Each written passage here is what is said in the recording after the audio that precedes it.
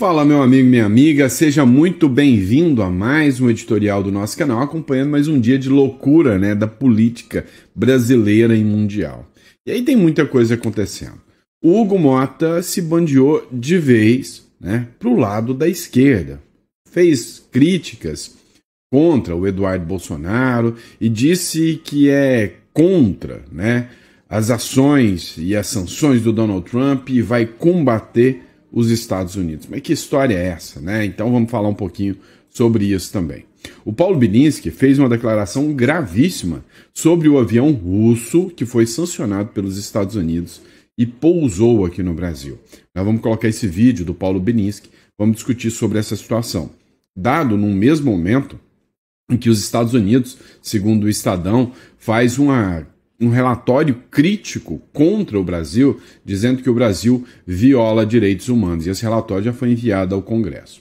Por outro lado, a imprensa internacional repercute, porque esse relatório cita principalmente o Brasil, Lula, mais Alexandre de Moraes. E aí o Le France, ele fez uma matéria dizendo que o juiz Alexandre de Moraes não vai se curvar diante das ameaças do Donald Trump e promete firmeza. Ou seja, até a imprensa internacional já viu que o Alexandre de Moraes vai dobrar a aposta. Por outro lado, Trump acaba de fazer uma declaração de intervenção federal que chamou a atenção de muita gente, deixou a esquerda, de certa forma, maluca depois da declaração do Donald Trump. A situação está bem complicada lá nos Estados Unidos e o pessoal da esquerda está desesperado, com ataques ao Donald Trump, a situação, dizendo que o Donald Trump é autoritário, mas nós vamos falar sobre isso, vamos explicar essa situação para vocês. Outro ponto também é uma crítica, ou melhor, uma denúncia que foi feita pelo jornalista Alan dos Santos, que é foragido, é inimigo do ministro Alexandre de Moraes, escancarado, né, que há uma inimizade entre ambos, e aí ele falou sobre um subterfúgio que o ministro Alexandre de Moraes estaria utilizando para burlar as sanções da Lei Magnitsky, que pode atingir até sócios do escritório de advocacia da esposa do ministro Alexandre de Moraes. Outro ponto também que nós vamos falar é sobre a votação do fim do foro privilegiado. E aí o próprio PT deu apoio total e restrito à aprovação do fim do foro privilegiado. Vamos falar sobre isso, tá? Então, tem uma crítica muito grande também. Você lembra daquela Glória Pérez? Pois é, a Glória Pérez também fez algumas críticas sobre a cultura woke, sobre o esquerdismo. Nós vamos falar sobre isso nesse editorial. E aí, uma nota imprensa do Paulo Figueiredo rebatendo o Fernando Haddad. Tem muita coisa que a gente preparou em especial aqui para vocês. Então, não esquece de se inscrever no canal, tá? Bora dar uma força pra gente, a gente já tá chegando lá. Vamos bater aí nossos 2 milhões de seguidores. Nossa meta é até 7 de setembro. Tô achando que nós não vamos conseguir, mas não vamos deixar de tentar, tá? Eu não vou desistir, vamos bater essa meta de 2 milhões de seguidores. Eu acho que a gente chega lá, beleza? Recadinho rápido, pessoal. Para quem pensa num plano B, né? Tá apavorado com a situação que está acontecendo no Brasil, acredita que podem, em 2026, colocar o Lula lá no poder, então você precisa de um plano B. E o plano B seria, com toda certeza, um outro país que você possa ter uma garantia de recomeçar, um país onde você pode guardar o seu dinheiro em dólar, né, fugindo dessa loucura do real, do risco real. E o Uruguai é um ótimo país, com custo acessível, com contas bancárias movimentadas em dólar, então vale muito a pena apostar no Uruguai, tá bom? Então quem quiser, só clicar no link aqui na descrição e entrar em contato, hoje eu tô ruim, hein? Entrar em contato conosco, que eu vou fazer questão de estar aqui com vocês, ajudando nessa jornada, tá bom? Pois é, pessoal, mas o alvo da vez é o Hugo Mota. Pois é, o Hugo Mota negociou, né, disse que os líderes haviam negociado a questão da anistia, mas parece que agora não vai pautar. Já não era de se esperar diferente, a gente já está acostumado com esse vai e volta, esse lenga-lenga do Hugo Mota, né? A Globo considerou o Hugo Mota como um líder fraco, né? Fez críticas ao Hugo Mota. Matéria da Gazeta Brasil. Hugo Mota vê dificuldade em pautar a anistia e critica ações de Eduardo Bolsonaro nos Estados Unidos. Pois é, o presidente da Câmara dos Deputados, Hugo Mota, afirmou na segunda-feira que há uma certa dificuldade em pautar a anistia para os condenados pelos atos do 8 de janeiro. Em entrevista à revista Veja, Mota declarou que não há, abre aspas, ambiente para anistiar quem agiu daquela forma, fecha aspas. Vem cá, isso é um absurdo, tá? É o Congresso que tem que decidir, não é o Mota. Ele tem que pôr em votação, é o Congresso, por sua maioria, que tem que decidir. É um absurdo, né? Que o Congresso permaneça agindo dessa forma. Isso tinha que mudar. Isso tinha que ter uma nova forma. Ou seja, que seja com os líderes fazendo o pedido da pauta, né, tirando esse poder todo do presidente da Câmara dos Deputados, né? Ele classificou que as ações dos presos do 8 de janeiro foram muito graves por terem incluído um planejamento de morte de pessoas, ou seja, citando, né, que existia ali um plano, né, do tal dos Kid Pretos lá para matar o Moraes e o Lula. Isso é uma aberração. Uma fala como essa é uma fala que chega a ser uma aberração. A maioria das pessoas que foram presas no 8 de janeiro nem sabia do que estava acontecendo. Queriam manifestar. Queriam fazer pressão. E quem fala o contrário é muito mau caráter. Muito mau caráter. Todo mundo sabe que aquelas pessoas, muitas, foram lá para manifestar. Tá? São idosas, são senhorinhas. E aí eles estão punindo essas pessoas para atingir os políticos. Os políticos. Mas são as pessoas comuns. Gente do povo que está pagando. Então, assim, você já mostra aí o quanto uma medida como essa é maldosa. E o pior de tudo, né? A declaração aconteceu depois que teve uma pressão e o Congresso e os jornais estão chamando aquilo de motim, mas o PT já fez isso, um monte de gente já fez isso, que foi paralisar as ações da Câmara, né? Parar tudo. E aí, por causa disso, ele disse que não ia pautar, mas agora já não vai pautar mais. A verdade é só uma. Se ele pautar a anistia hoje, amanhã a Polícia Federal está na cola dele e de um monte de parente dele. Esse é o ponto, né, do porquê o foro privilegiado precisa acabar. E aí também tem uma parte aqui, né? Mota também criticou a atuação do deputado Eduardo Bolsonaro nos Estados Unidos. O presidente da Câmara expressou sua oposição à conduta do parlamentar que, segundo ele, trabalha para a aplicação de tarifas sobre produtos brasileiros, o que causaria prejuízo à economia nacional. Isso aqui a gente sabe que é um argumento falacioso. O Eduardo Bolsonaro trabalha sim pela sanção Magnitsky, mas que as tarifas e as sanções do Donald Trump econômicas são única e exclusivamente por ações do próprio Lula. Ora, vem cá. Imagina se um deputado, presta atenção, se um deputado argentino fosse lá para os Estados Unidos para denunciar o Javier Milei, dizendo que o Javier Milei está perseguindo as pessoas. O Donald Trump ia falar, vocês estão loucos. Agora, se foi o Eduardo Bolsonaro que denunciou, a grande questão é, tem fundamento a denúncia? Né? Esse é o grande ponto. Então, se tem fundamento, é porque o culpado não é um denunciante. A gente tem que parar de relativizar isso e falar, ó, quem denuncia é quem tem culpa. Não. Quem tem culpa é quem fez. É simples assim. E aí, entre as ações que a gente pode citar que causam fúria do próprio Donald Trump, é isso aqui. É navio iraniano chegando no Brasil, é avião russo chegando ao Brasil. Olha só. O Paulo Bilinski fez um vídeo sobre o avião russo, né, que é sancionado, que chegou ao Brasil. Escuta só. Acabei de pousar no aeroporto de Brasília, onde um cargueiro russo, sancionado pelos Estados Unidos, proibido pelos Estados Unidos, acabou de pousar. Isso foi um cargueiro utilizado para transportar tropas russas para participar de conflitos. Então já encaminhamos um pedido de informações para a Força Aérea através da Comissão de Relações Exteriores e Defesa Nacional. Estamos de olho, viu? Rússia, Brasil, China, isso aí vai dar merda. Você viu, né? O que ele falou, vai dar o quê? O que chamou atenção nesse caso aqui? São duas questões. A empresa responsável por esse cargueiro ela é uma empresa que foi sancionada justamente por levar produtos ilícitos e tropas para atuar na Venezuela. É o Maduro aqui do lado. Segundo, não houve qualquer registro na ANAC do pouso, né, desse avião. Não teve nenhum registro desse avião, ou seja, foi um avião fantasma que pousou no aeroporto de Brasília.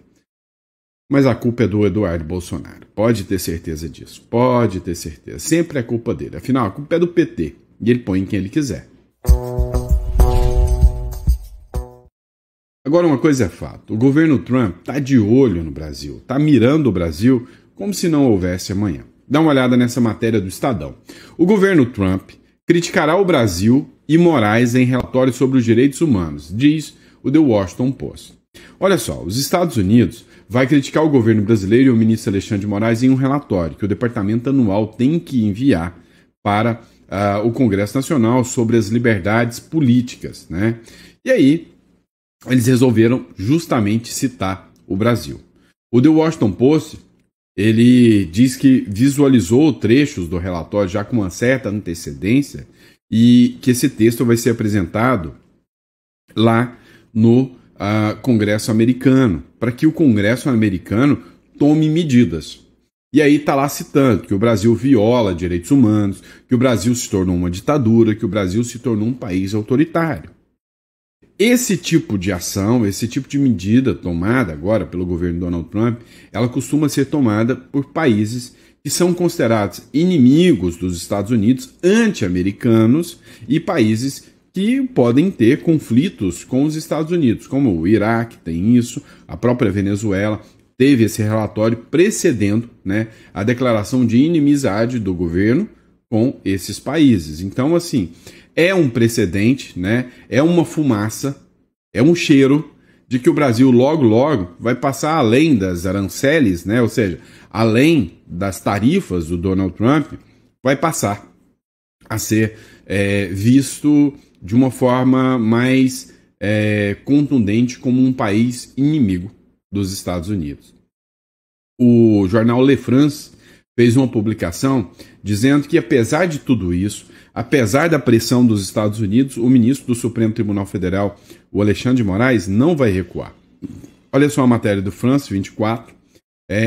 O juiz Alexandre de Moraes não se curva às ameaças do Donald Trump e promete firmeza, né? O rito processual do Supremo Tribunal Federal não será adiantado e nem atrasado. Esta foi a resposta contundente do juiz brasileiro Alexandre de Moraes depois da aplicação contra ele, né, da Lei Global Magnitsky por parte dos Estados Unidos. Moraes instruiu o julgamento contra o ex-presidente Jair Bolsonaro de um processo de Donald Trump, classificou como caça às bruxas, tá? E aí aqui, né, a repercussão internacional é de que o ministro do Supremo, Alexandre de Moraes, não recuará um passo. E aí, né, no meio desse fogo cruzado, adivinha quem tá no meio das balas, né? É nós. Vamos lá. Outro ponto que a gente precisa discutir é que o Donald Trump, ele tem um plano e um projeto. Olha só, o Donald Trump acaba de decretar a intervenção federal na capital, em Washington, lá nos Estados Unidos.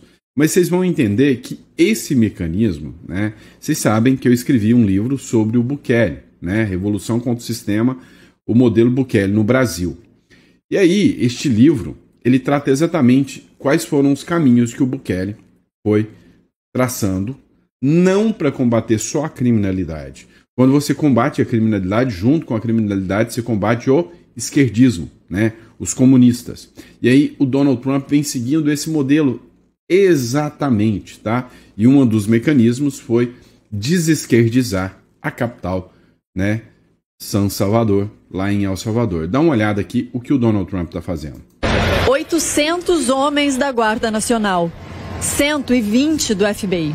E a partir de agora, é o governo federal quem controla o Departamento de Polícia de Washington. Vem cá. Você já assistiu Tropa de Elite? Já assistiu? Dentro da Tropa de Elite, Como é que era a polícia? Era confiável? Era uma polícia que buscava realmente fazer as coisas certas? Como é que era? Então o que o Donald Trump busca é o quê? É ter o controle total da polícia para desesquerdizar a própria polícia, para tirar, né, possíveis policiais corruptos que estão não sobre a sua jurisdição e sobre a sua tutela. Dá uma olhada. Trump só pôde fazer isso porque decretou uma emergência de segurança pública na capital. O presidente disse que a cidade está tomada pela violência. Afirmou ainda que vai tirar o sem-teto de lá. Vamos lá. Vocês têm que entender que esse mecanismo, vocês já viram quanto a esquerda defende o sem-teto, né? Onde há o sem-teto, há um bom comércio de drogas. Onde há o sem-teto, há um ambiente ali bem propício, né, para que facções, grupos criminosos saibam, né, ali tenham informantes em troca de alguma coisa, de uma pedra, de alguma coisa assim. Então, o Donald Trump sabe que sim, não há dúvidas, que os sem-teto podem ter um lugar para eles ficarem, um teto para eles ficarem, mas não ficar na rua movimentando o comércio de drogas. E é o que o Donald Trump resolveu travar a caça às drogas. Mas tem um trecho dessa matéria do Jornal Nacional que é interessante a gente discutir. Na tentativa de sustentar o argumento, Trump apresentou números falsos sobre criminalidade. Mostrou uma tabela que compara Washington com outras capitais, entre elas Brasília. No documento, a taxa de homicídio para a capital americana é de 41 assassinatos por 100 mil habitantes. Mas dados do próprio governo apontam que o índice é menor, de 26 por 100 mil. Olha, o relatório que foi feito do Trump, né? Mas olha só, 26 para cada 100 mil é um índice altíssimo nível Brasil, da capital Washington, tá? Nível Bahia, por exemplo, né? Nível Bahia. Então, assim, é altíssimo. E esses relatórios novos apresentados pelo Donald Trump, né, são relatórios extraídos pelo próprio governo. Mas o Jornal Nacional diz que ele levantou dados falsos. O que a gente precisa observar nessa publicação? Pode ser mesmo que o Donald Trump levantou dados falsos? Pode ser. Mas o que o Donald Trump está querendo fazer não é acabar com a violência, é acabar com o esquerdismo. A pauta da esquerda fomenta a violência. Vem cá, aqui no Brasil, quando você observa, a tendência do bandido é votar no Bolsonaro ou em outro candidato? Você sabe de quem eu estou falando? Você sabe, né? A tendência de defender pautas, quando entra uma pauta, por exemplo, como castração química, quem é que defende o bandido? A legalização das drogas, a descriminalização do tráfico. É quem que defende, a direita ou a esquerda? Então, ao combater a criminalidade, há uma desesquerdização do país. Modelo totalmente implementado pelo Bukele. Como eu disse, a turma tá louca, tá doidinha da cabeça. Dá uma olhada aqui, né, nesse trecho aqui do Jornal da Globo, falando justamente, né, sobre essa medida do Donald Trump. Dá uma olhada. Guga, boa noite para você. Explica para a gente o que significa essa intervenção na segurança em Washington sem ameaça real à vista, do ponto de vista da erosão da democracia nos Estados Unidos. Ó, erosão da democracia nos Estados Unidos. Aqui no Brasil tá tudo no mais santa paz. Aqui é a democracia. O Lula disse que ele é o presidente mais democrático de toda a América. Acho que é da América do Sul que ele falou. Mas lá nos Estados Unidos, a erosão da democracia. É como trata o jornalismo da Globo. Boa noite, Renata. Boa noite a todos. É uma tremenda guinada autoritária, mais um sintoma dessa guinada autoritária dos Estados Unidos desde que o Trump tomou posse nesse segundo mandato. Ele busca concentrar os poderes nas mãos dele, testar os limites de até onde chega o poder presidencial nos Estados Unidos. Por enquanto, vem enfrentando pouca resistência. A gente vê como ele expandiu as forças dele ali na Casa Branca. Como você... Vamos lá. Essa fala é uma fala de desespero. O Donald Trump, ele vem enfrentando pouca resistência. Ele expande o poder na Casa Branca e ele está exatamente seguindo o padrão Bukele, que veio crescendo, crescendo. E nas próximas eleições parlamentares, o Donald Trump vai ter uma maioria esmagadora. Onde, se tiver uma Suprema Corte corrupta, se tiver uma Suprema Corte que age, sabe, enviesada, porque no Brasil, o que eles fizeram? Eles tomaram conta das escolas, da própria polícia, tomaram conta do serviço público, e o Donald Trump sabe disso. E sabe que são assistentes sociais, promotores, juízes que defendem o traficante e colocam ele de volta na rua. Então o Donald Trump, ele está aos poucos avançando para minar, tirar essa estrutura. Coisa que o Milei também está fazendo. Ou seja, o padrão agora é único. Quando o Bolsonaro entrou, ele não sabia o que fazer ao certo. Então é por isso que ele tomou uma surra. Se hoje volta alguém de direita, o modelo é esse, não tenha dúvidas disso. Então, a turminha está ficando desesperada com essa intervenção, né, do Donald Trump, porque eles sabem que é a erosão total da esquerda nos Estados Unidos, e aí não vai ter ninguém na esquerda. Você pode ver que ninguém da esquerda lá dos Estados Unidos teve coragem de enfrentar o Donald Trump e nem de defender o Lula, nem Moraes aqui no Brasil. Ou seja, é sinal de que o Donald Trump vem crescendo a sua força e o seu poder. E aí, para a esquerda mundial, isso é uma ameaça sem precedentes. O Milei é uma ameaça sem precedentes para a esquerda mundial. Aqui na América do Sul, o Chile, por exemplo, já está com a guinada à direita. A chance do candidato de direita ganhar lá no Chile é gigantesca por causa do apoio do Milei. E, sem sombra de dúvidas, né, o pessoal está desesperado. O próprio ministro Alexandre de Moraes está desesperado. Essa matéria do Easy Fatos, né? O jornalista Alan dos Santos denuncia Moraes está usando cartão e até o Pix do sócio da mulher dele. Ele acha que consegue escapar da lei Magnitsky. E aí é o que o Alan dos Santos escreveu aqui numa postagem, né? Ele colocou aqui assim, ó. Moraes está usando o cartão e até o Pix do sócio da mulher, que também é muito amigo. Aí ele chama o Moraes de psicopata, né? Que é o Gabriel Chalita. O Departamento do Tesouro do Zewa rastreia tudo e Moraes acha que consegue escapar da lei Magnitsky. Então, segundo informações aqui do Alan dos Santos, é que o governo norte-americano teve essa informação. O Gabriel Chalita, ele acabou ficando famoso, tá? Isso lá em 2023.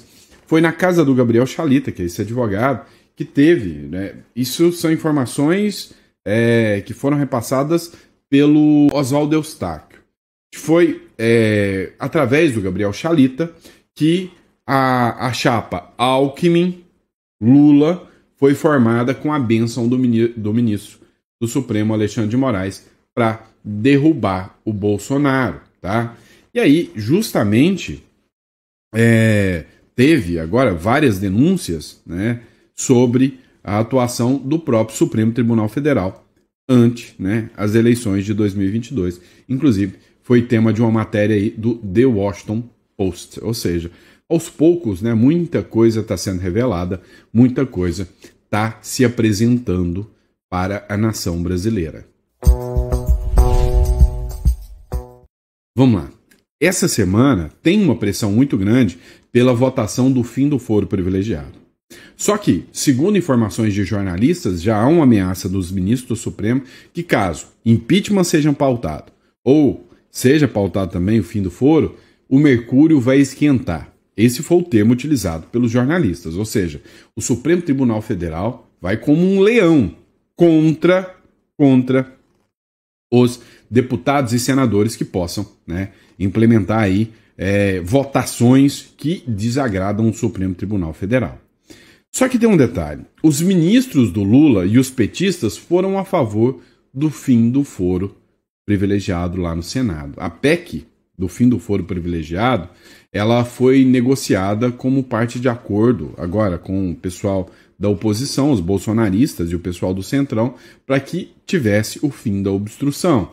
E aí, quem apresentou esse projeto foi o Álvaro Dias. Eu fiz uma live com ele em 2021 ou 22, falando sobre o foro privilegiado, né, do Álvaro Dias, e aí ela foi aprovada lá em 2017 e ficou travada. Ninguém coloca para votar na Câmara dos Deputados. Na época teve uma pressão muito grande contra o Arthur Lira, para o Arthur Lira colocar em votação, mas inclusive ela não mandou. Só que na votação que aconteceu lá no Senado, altos caciques petistas votaram a favor da PEC do fim do foro privilegiado. Foram vários petistas, né? Teve quase que 99% de apoio nesse projeto. Na ocasião que teve a votação, a própria Gleisi Hoffmann votou a favor do fim do foro privilegiado. Além dela também, tiveram outras figuras, como a Simone Tebet, que deu apoio, gravou vídeos, né, com apoio ao fim do foro privilegiado. O Lindbergh Farias também fez vídeos, né, enfim,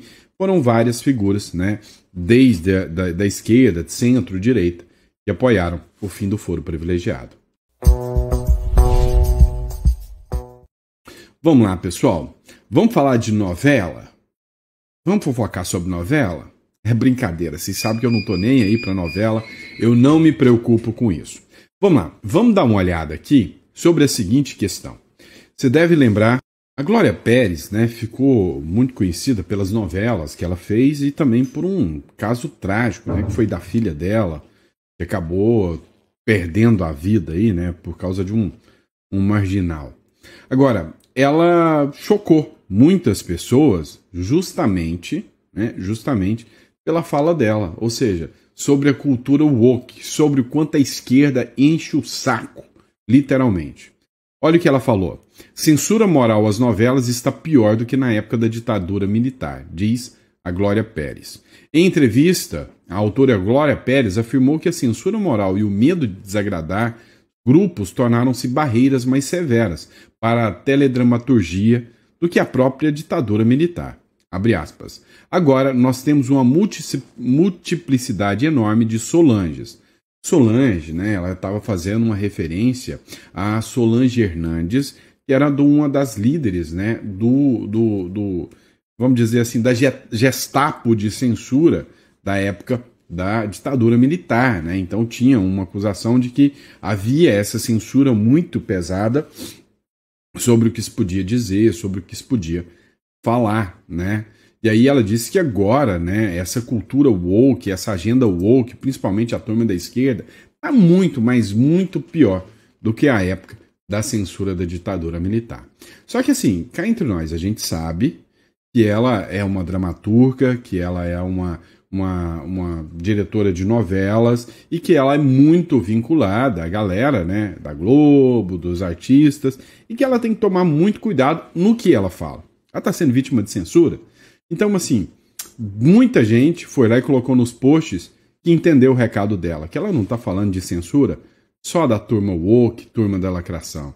Ela está falando da real censura que acontece no Brasil hoje, que eu também sou vítima, né, que eu também, né, tenho que pensar e medir muitas minhas palavras antes de fazer qualquer editorial com vocês.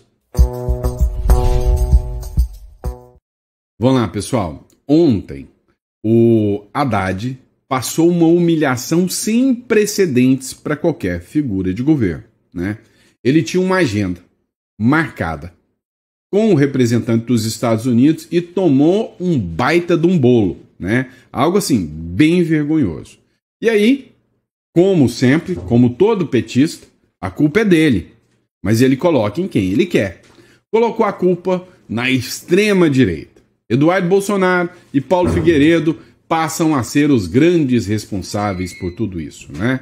E aí o que aconteceu? O Paulo Figueiredo fez uma nota à imprensa. Olha só o que ele escreveu. Cancelamento de reunião com Scott Bessent. O deputado Bolsonaro e eu tomamos conhecimento das declarações do ministro da Fazenda, Fernando Haddad, que tentou atribuir à nossa atuação nos Estados Unidos o suposto motivo para o cancelamento de uma reunião com o secretário de Tesouro americano, que é o Scott Bessent. Primeiro, O Haddad prefere culpar terceiros pela própria incompetência. Mas é óbvio, a culpa é dele. Ele coloca em quem ele quer, ué. Enquanto Lula só fala besteira por aí e inflama a crise diplomática. Há quase 2 semanas, o presidente Donald Trump declarou a emergência econômica nos Estados Unidos, apresentando de forma clara as razões. Até que o Brasil enfrente esses pontos, qualquer reunião será mera encenação. E, portanto, inútil. 2. Não temos nem pretendemos ter qualquer controle sobre a agenda do secretário do Tesouro dos Estados Unidos.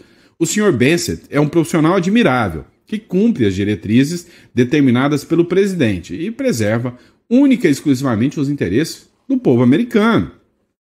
3. Nesta quarta-feira, embarcaremos novamente para Washington, D.C., para uma série de reuniões com autoridades americanas. E aí, o que pode acontecer? Porque mantemos portas abertas. Talvez Lula também tivesse, se em vez de proteger o próprio regime e fazer bravata ideológica, colocasse a diplomacia e o interesse nacional em primeiro lugar. Eduardo Bolsonaro, deputado federal em exílio, e Paulo Figueiredo, jornalista em exílio. Pois é, ganharam aí, né, uma série de admiradores por causa do papel e da atuação que eles estão tendo, né, lá nos Estados Unidos. Olha, a grande questão que fica escancarado é que hoje, né, há uma não incompetência, mas há um bloqueio total por qualquer medida por parte do governo por causa da sua ideologia. Eles não vão conseguir negociar com os Estados Unidos e, por causa disso, estão dando prejuízos inimensuráveis ao povo brasileiro. Tá bom? E é isso, pessoal. Muito obrigado pela confiança, pela credibilidade de vocês. É sempre uma honra, um prazer poder estar aqui com vocês e discutir um pouquinho sobre, né, tudo isso que está acontecendo no Brasil. Recado rápido para você. Se você busca, né, proteger o seu patrimônio através de uma holding, se você ainda não sabe o que é uma holding, como funciona, se você já construiu um certo patrimônio no Brasil, é importante que você procure um profissional para te orientar.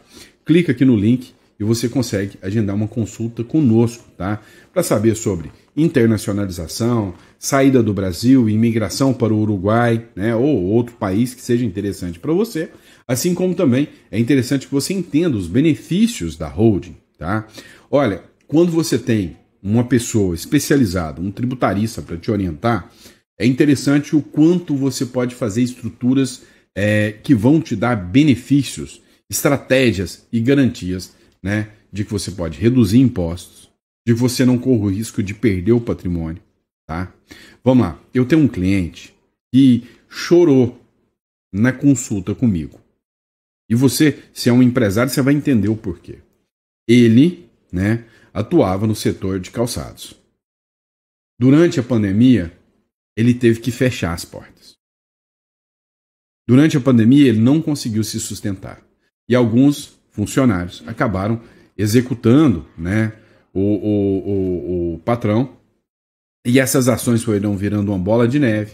Não conseguiu saldar a dívida com fornecedores que o executaram. E quando foi acabando a pandemia, que ele ia retornar, chegou às ações, travando todas as suas contas bancárias, travou o imóvel e penhorou o imóvel e todo o maquinário que ele tinha. E aí ele ficou impossibilitado de trabalhar. A pergunta que eu te digo é: e se esse maquinário, se essa propriedade fosse de um terceiro, de uma holding, que é dele, mas não da empresa que está exercendo essa atividade e houvesse uma alocação? Era uma proteção que ele teria. Então, quando você estrutura o patrimônio, você consegue grandes benefícios, tá? Se isso é interessante, se isso tocou a você, tá? Clica aqui no comentário, tá? No link aqui que está abaixo e escolha o Holding Offshore ou imigração para o Uruguai, caso você queira um plano B, tá bom? Obrigado, fiquem com Deus e até o próximo editorial.